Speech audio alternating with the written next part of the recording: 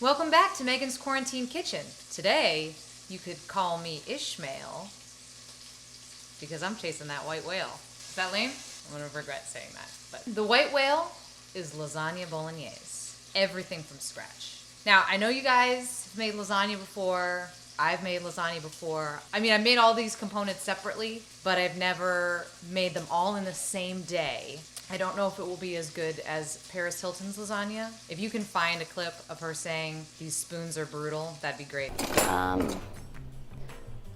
All these spoons are brutal. These spoons are brutal. Let's get started because it is going to take all day. This recipe is adapted from Deb Perlman, Smitten Kitchen. She says that this is her culinary Mount Everest, so I'm tackling it today. Why? Because it's there. Woo. First thing is a little bit of olive oil in the pot with some pancetta. Rendering the fat, and the fat of the pancetta and the olive oil is going to cook our sofrito. Sofrito is Italian for shit ton of vegetables, I think. It's like the chopped up veggies that give it flavor.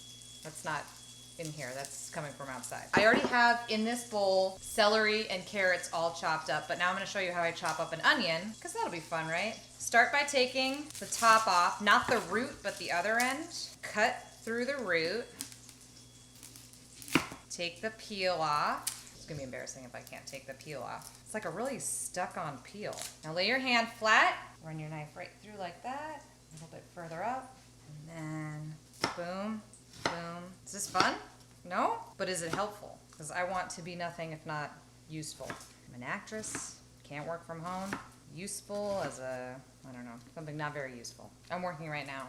I'm acting in a vacuum. So now the onions and the celery and the carrots are all chopped. I'm gonna add it to the pancetta. Look at that. That's a shit ton of vegetables. So the thing about bolognese or ragu or whatever the fuck you want to call it, everybody has like their own way of doing it. And they're like, you put tomato in, it can't be ragu. Italians be crazy. This is what I mean when I say it takes forever. You have to really take your time with every step. Before the meat even goes in, I'm cooking these vegetables down and getting them nice and browned. That should take about a half an hour, if not longer. So this is where I live. I live here now, in this spot.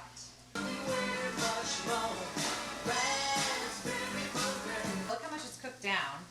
It's all dark and browned. I popped in a tablespoon of butter. I'm gonna add tomato paste. Real Italians will be like, this is too much tomato paste, or you shouldn't put any tomato paste in. I'm Irish, so we fucking do what we want. Stir this in. So I have 1.5 pounds of beef and 1.5 pounds of pork. Are you getting this? This is some good shit. I'm gonna add the rest of the meat and brown it up.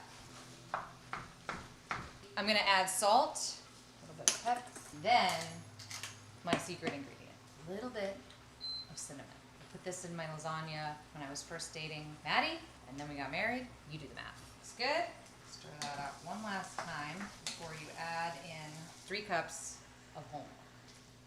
I'll let that cook off 20-30 minutes.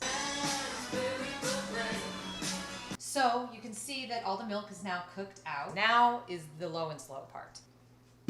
2 glasses of wine. Sometimes I put a little less because I drink some. Some people measure out their life in coffee spoons. Some people measure out their life in glasses of wine.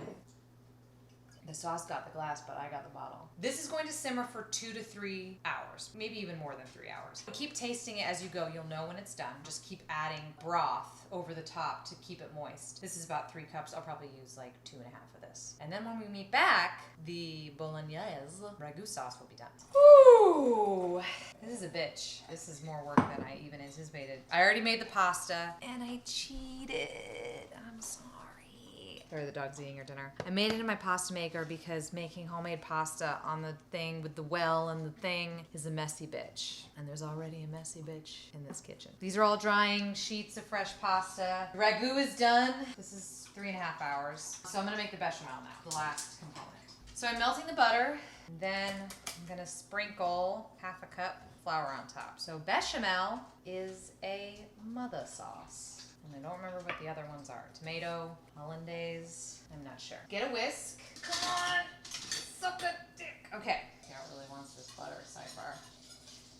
Not for you, buddy. Now that the butter is melted, I have a half a cup of flour here. Sprinky dink the flour. Whisk it in. Smells very good. Last ingredient is milk, and you want to do it a little bit at a time so that the milk sort of slowly gets absorbed like this. You want it to be a smooth sauce. It's important to not stop whisking because you don't want the flour to burn because then it tastes like burnt flour. This hurts my hand. Okay, see now it's starting to come together so I can add it a little bit more quickly. Once this is done, I'm gonna add in garlic that I've chopped up and some freshly grated nutmeg and some salt and pepper. Once it's finished cooking, this will be ready to assemble. Okay, assembly. Bechamel goes down first to stop the noodles from sticking. I've been on a journey. It's like patchwork, you know what I mean? You guys have made fucking lasagna before, right? Like, you know how this goes. And then do that. It's fun. First layer of noodles is down. We're gonna do the Bolognese. Okay, then we do a layer of Bolognese. Bam, cool. Then we do a layer of bechamel. Plop, plop, plop, plop. It's exhausting. I wanted to catch up on Shaws of Sunset today. Guess who grated some parm? It was me. I want to put the parm on top. Layer of noodles. Bolognese, bechamel, parm, until you run out of everything. These spoons are brutal. And now it's time to put it in the oven. 400 degrees. Sometime between 30 and 45 minutes. I put a little bechamel on top of the last layer of noodles and then sprinkle the cheese so it's like a crispy top but not too crispy. What do you think, Scout? We watched all this unfold and got nothing from it.